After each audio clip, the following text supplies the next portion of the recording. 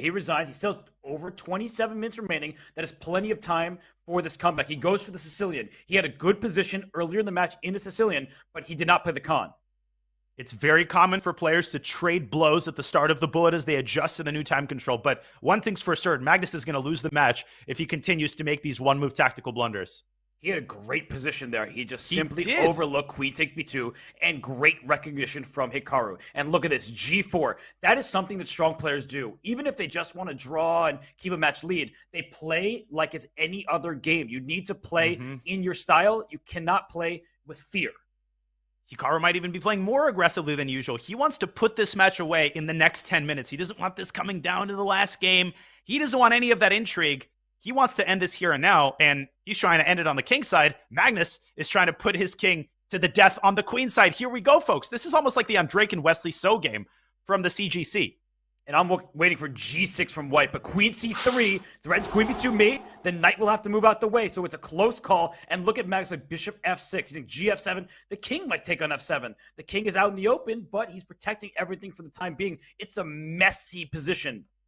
It is, but Hikaru adroitly handling his minor pieces and stopping the queen from infiltrating to c3. It just seems like that g6 pawn is going to wreak havoc once the f7 pawn is eliminated. And we see a swap on c1 and knight c5 played by Magnus. So is there knight takes e4 shots? You need to be very careful here if you're Hikaru. But there's e5 beating him to the punch and smashing through the center. The knight on c5 is now hanging, as is the knight on d4. But you can just recapture. And where's the crusher? Bishop it wasn't it. Still good for white, apparently. But if bishop f3, you're forcing you have knight takes f3, because otherwise you might lose a piece. But then how is black just going to keep all his minor pieces intact? He goes back to d8. Best move by Magnus. That's a huge phenomenal defensive move. Rook c5. You can't take the rook, but you can take the bishop on g5. And I do believe that white's king is less safe. So I see the evaluation bar, but I actually believe that white's position is a little bit more precarious. You're absolutely right. The pawn on a3 offers long-term chances against white's king. That could be significant in a time scramble. They are nearing a time scramble. And Magnus opens the f-file. He's taking over the initiative here. He's got a serious chance to win this game. Is there some kind of bishop f3 here? Bishop f3.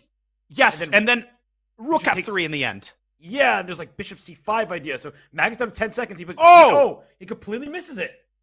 But he keeps himself with 3 passed pawns on the king side. Again, it's all about practical perspective here.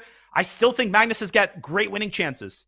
Bishop d5. Stick it on the center. Everything. He takes there. Is f3 hanging? No. Queen takes d8 first. He plays bishop d5. He wants those pawns to go. But here come the knights.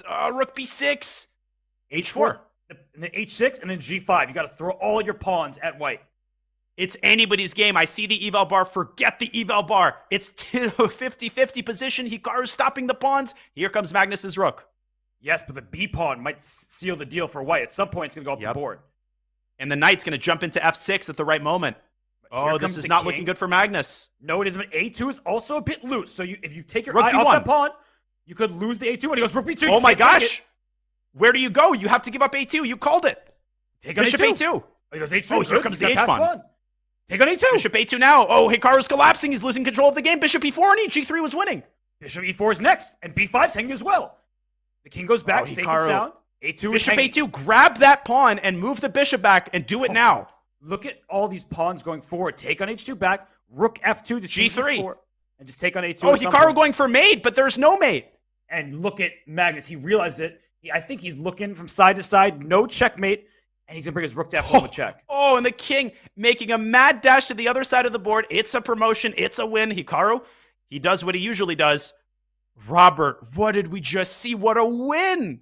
This has been a crazy game. And Magnus Carlsen, he is showing his world championship medal, his pedigree, his ability to stay alert, to stay in this match. And he's going to checkmate Hikaru in the next few moves. And look at that. And what Queen F5 for the quickest checkmate. Yep. Clinical until the end, even with 2 queens on the board. He ain't lazy. Every second matters here. And only 7 minutes have gone off the match clock. So it has not been a catastrophe. Magnus gets